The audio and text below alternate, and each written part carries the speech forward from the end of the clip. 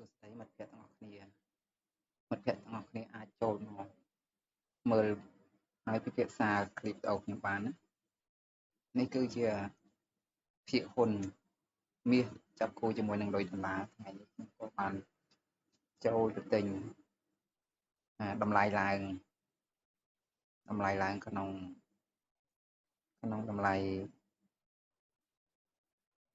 4143នៅចំនៅចំចំណុចនេះបងប្អូនណា4143បាទហើយខ្ញុំគិតថាតម្លៃនេះមើលតាមដើមទៀនគួរណាតែឡើងមើលបងប្អូនជួយចារណាមើលរូបរាងទិញហើយធ្លាក់ចុះបន្តិចឡើងបន្តិចហើយក៏ធ្លាក់ចុះបន្តិចធ្លាក់ចុះទៀតបន្ទាប់មកក៏ឡើងទៅវិញឡើងមកដល់ចំណុចនេះបងប្អូននេះខ្ញុំគិតថានឹងអាចឡើងតទៅទៀតហើយនឹងមកដល់ចំណុចនេះបងប្អូនអាចឡើងតទៅទៀតហើយប៉ុន្តែអត់ដឹងមូលហេតុអីវានឹងធ្លាក់ចុះវិញធ្លាក់ហើយធ្លាក់ទៀត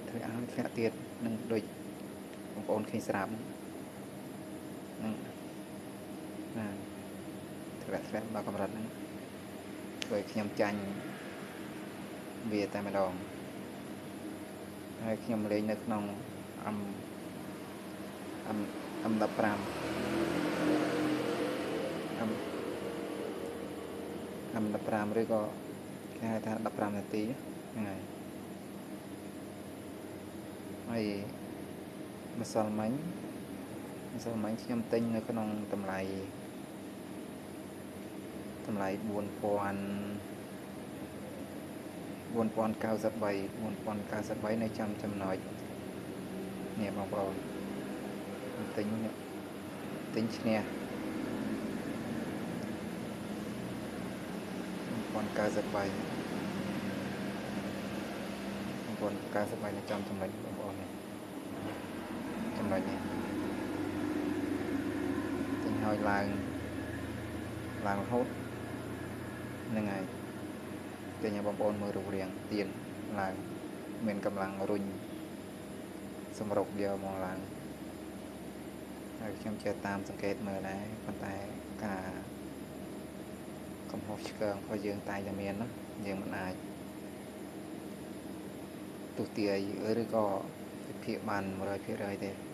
ព្រោះថាភាពហ៊ុនវាទៅលើអាស្រ័យលើអ្នក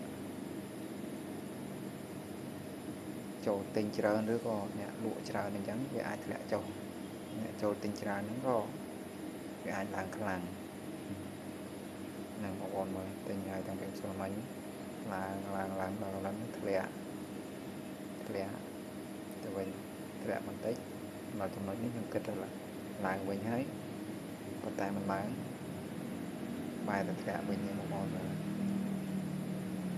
សោកស្ដាយខុសមកលើនេះស្ដាយ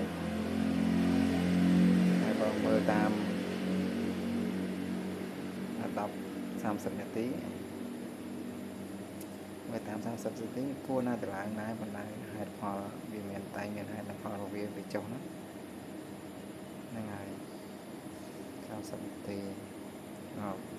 យៈ1ម៉ោងញ៉ាំ1ម៉ោងអីចំណុចនេះសង្ស័យទៅគិតថាវាឡើងមកដល់នេះហើយប៉ុន្តែរួញមកធ្លាក់វិញហើយរយៈពេល4ម៉ោងអី4ម៉ោងនេះមុនរងនេះអាទៀនខៀវនេះវាឡើងហួសមកណាស់ហើយហើយធ្លាក់មកវិញតែអូដល់ក្រមមកតែហើយមើលរយៈពេលមួយថ្ងៃមើលរូបរាងវាពុលឡើង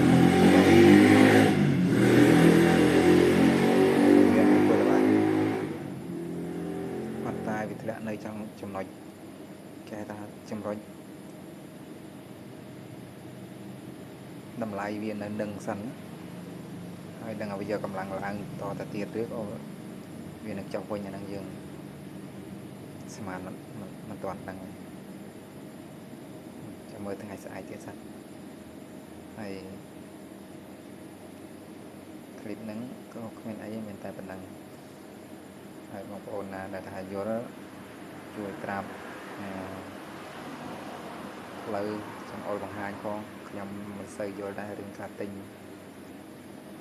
តម្លៃមាសនឹងចាប់គូដុល្លារហ្នឹងតែនេះការហាត់លេង